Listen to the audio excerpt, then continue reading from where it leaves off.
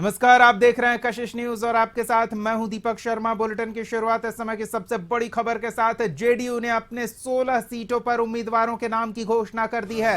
इन 16 नामों में 12 पिछड़ा, अति पिछड़ा, 3 सवर्ण और 1 मुस्लिम को टिकट दिया गया है। बड़ी खबर इस समय की आपको बता रहे हैं, जेडीयू ने अपने 16 सीटों पर उम्मीदवारों के नामों का ऐलान कर दिया है। 16 उम्मीदवारों के नाम की घोषणा कर दी गई है जेडीयू की ओर से। एनडीए खेमे में जेडीयू को 16 सीटें मिली है और इन 16 सीटों पर प्रत्याशियों की घोषणा कर दी गई है।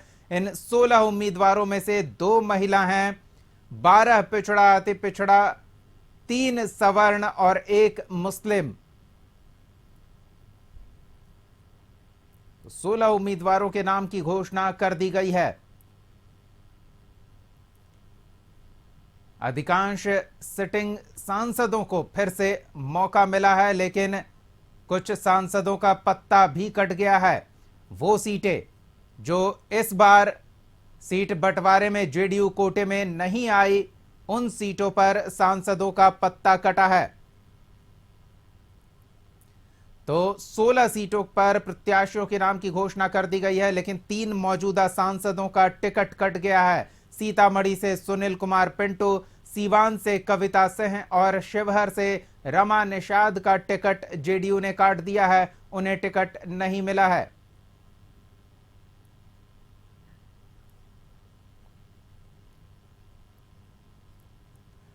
तो चलिए सीधे न्यूज रूम का लाइव करते हैं। संपादक अशोक मिश्रा हमारे साथ जुड़े हुए हैं। अशोक जी, 16 सीटें जेडीयू के कोटे में एनडीए खेमे में आई है और 16 के 16 उम्मीदवारों के नाम की घोषणा कर दी गई है। नेताओं ने कहा कि सभी समाज के वर्गों का ख्याल रखा गया है, वो विकास भी करें और उन्हें प्रतिनिधित्व भी मिले, इसका राष्ट्रीय अध्यक्ष ने विशेष ध्यान रखा है। बिल्कुल, देखिए, जदयू ने जो उम्मीदवार घोषित किए हैं उसमें 16 उम्मीदवारों का ऐलान हुआ है, जिसमें से 11 पिछड़े और अति पिछड़े हैं, 3 उम्मीदवार सवर्ण हैं, 1 दलित है और 1 अल्पसंख्यक है।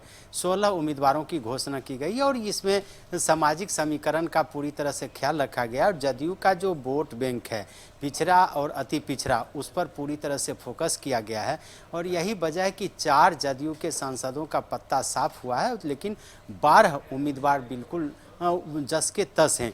3 नए उम्मीदवार दिए गए हैं, जिसमें से सीतामढ़ी से सुनील कुमार पिंटू हैं, शिवहर से लवली आनंद हैं और सिवान से विजया लक्ष्मी देवी हैं, यानी कि विजया लक्ष्मी कुशवाहा हैं।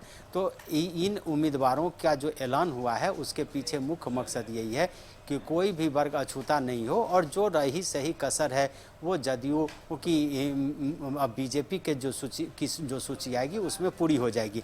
लेकिन जदयू ने जो स्थिति बनाई है उसमें ये कह सकते हैं कि उसको अपने अधिकांश सांसदों पर भी भरोसा रहा है और यही वजह है कि पुराने सांसदों का टिकट बरकरार रहा है। जो सीटें जदयू के खाते में नहीं गई, जैसे गया की सीट जदयू के खाते में नहीं गई, तो वहाँ से जो राजेश कुमार थे उनको फिर से टिकट नहीं मिला। काराकाट की सीट जदयू के खाते में नहीं गई है, उपेंद्र कुशवाहा के जिम्मे चली गई है, इसलिए काराकाट से भी महाबली सिंह का पत्ता साफ हो गया है। लेकिन सीतामढ़ी में आप देख लीजिए कि सुनील कुमार पिंटू लगातार तंज कस रहे थे, इसलिए उनका पत्ता साफ कर दिया। सीवान में जो जातीय समीकरण है उस समीकरण को देखते हुए जदयू ने इस बार नया प्रत्याशी उतारा है और कविता सिंह का पत्ता वहां पे साफ हो गया। शिवहर की सीट पहली दफा जदयू को मिली है और वहां से रमा देवी का पत्ता साफ हुआ और वहां से लवली आनंद को टिकट दिया गया। तो जो जदयू की सीट है वह स्वाभाविक भी है और ये लगातार उम्मीद की जा रही थी कि कहीं न कहीं कुछ चेहरे भी बदलेंगे और कुछ सीटों की भी अदला बदली होगी, और दोनों काम हुआ है। सीटें भी बदली हैं और चेहरे भी बदले हैं। और सबसे बड़ी बात यह है कि जो पुराने नीतीश कुमार के वफादार रहे हैं या जो पुराने सांसद रहे हैं जिनका परफॉर्मेंस जदयू मानती है कि सामाजिक समीकरण के हिसाब से और गठबंधन के हिसाब से भी ठीक ठाक रहा है, उनको फिर से टिकट दिया गया है। जैसे आप पूर्णिया की बात करें तो वहाँ से संतोष कुशवाहा लगातार तीसरी बार इस बार चुनाव मैदान में होंगे। दुलाल चंद गोस्वामी जो कटिहार से हैं लगातार दूसरी बार होंगे। जहानाबाद से जो चंद्रवंशी हैं वो चंदेश्वर प्रसाद चंद्रवंशी वो लगातार दूसरी बार उम्मीदवार बने। लेकिन सीतामढ़ी में पार्टी ने उम्मीदवार बदल दिया है, वहाँ से देवेश चंद्र ठाकुर को उम्मीदवार बनाया। देवेश चंद्र ठाकुर बिहार विधान परिषद में अभी सभापति हैं और उस इलाके में काफ़ी उनका जनाधार है। जदयू के नेताओं ने उन पर भरोसा किया और खास करके नीतीश कुमार के वो विशेष रूप से कृपा पात्र रहे हैं, विश्वासी रहे, तो देवेश चंद्र ठाकुर को वहाँ पे टिकट दिया गया। सामाजिक समीकरण की बात अगर करें तो लवली आनंद को शिवहर से टिकट दे करके नीतीश कुमार ने यह संदेश और संकेत देने की कोशिश की है कि जो लोग कहीं न कहीं आनंद मोहन या लवली आनंद से नाराज चल रहे थे, उनको ये संदेश देने की कोशिश की गई है कि कहीं न कहीं जदयू उन्हें अपना बेहतर नेता मानती है और इसीलिए उन्हें लोकसभा की सीट से नवाजा गया।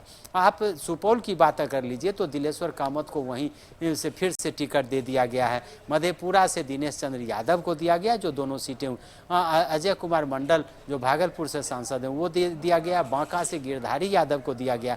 तो एक तरह से कह लीजिए कि जदयू ने अपने पुराने प्रत्याशियों पर ही भरोसा किया है और सबसे बड़ी बात यह है कि जो लिस्ट आई है उसमें सामाजिक समीकरण का पूरी तरह से ख्याल रखा गया। जी बिल्कुल। और अशोक जी, ये दर्शा रहा है अधिकांश सीटों पर पुराने उम्मीदवारों को दोहराया गया है, तो एनडीए खेमा ये मान रहा है कि एंटी इनकम्बेंसी वाली कोई बात नहीं है।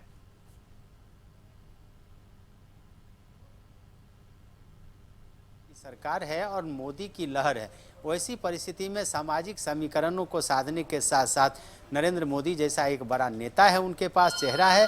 और दूसरी बात नीतीश कुमार जो पिछले लगातार 20 वर्षों से बिहार की सेवा कर रहे हैं, तो वैसी परिस्थिति में आप कह सकते हैं कि एनडीए के नेता ये मानते हैं कि मोदी लहर के आगे कोई लहर नहीं चलेगी। हालांकि इंडिया गठबंधन के भी जो नेता हैं उनकी कोशिश ये है कि जातीय समीकरण साध करके इस बार फतह दिलाई जाए। और यही वजह है कि नीतीश कुमार का जो कोर वोट है लव कुश समीकरण को तोड़ने की कोशिश की गई है।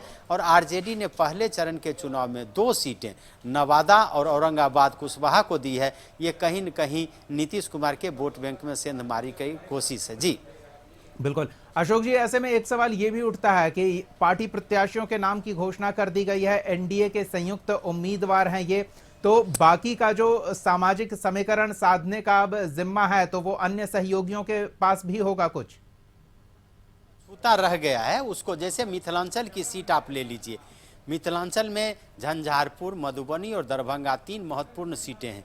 उन 3 सीटों में बीजेपी कोशिश करेगी कि एक अग्रे को दे, यानी कि ब्राह्मण नेता को दे। गोपाल ठाकुर वहाँ से निवर्तमान अभी वर्तमान में सांसद है भी, तो वहाँ सामाजिक समीकरण को पूरी तरह से संतुलित करने का प्रयास किया जाएगा।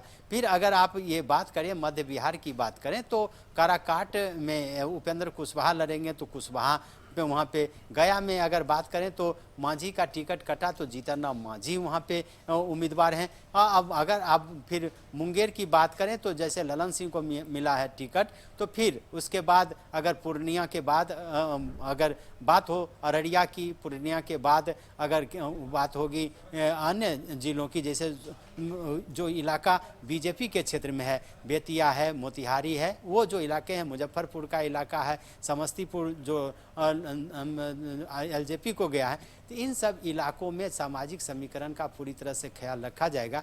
और जो सीटें बीजेपी के खाते में हैं 17 सीटें और 5 सीटें जो चिराग पासवान के जिम्मे दी गई हैं, वो 12 यानी कि 22 सीटों पर जब उम्मीदवारों का ऐलान होगा तो कहीं न कहीं आपको देख जाएगा कि जो सामाजिक समीकरण के तहत जो वर्ग या जो जाति अछूती रही है उसको फिर से उसमें जगह मिलेगी। जी धन्यवाद अशोक जी इस तमाम बातचीत और जानकारी के लिए। तो अब देखना दिलचस्प होगा कि एनडीए खेमे के सबसे बड़े घटक बीजेपी की ओर से कैसे इस सामाजिक समीकरण को पूरा किया जाता है। जेडीयू ने अपने हिस्से का सामाजिक समीकरण पर्याप्त रूप से साधने का प्रयास किया है और बाकी जानकारी ये भी दी गई कि बीजेपी द्वारा आज ही दिल्ली से टिकटों पर प्रत्याशी कौन होंगे, किन्हें किस सीट पर उम्मीदवार के तौर पर उतारा जाएगा, इसकी घोषणा की जा सकती है।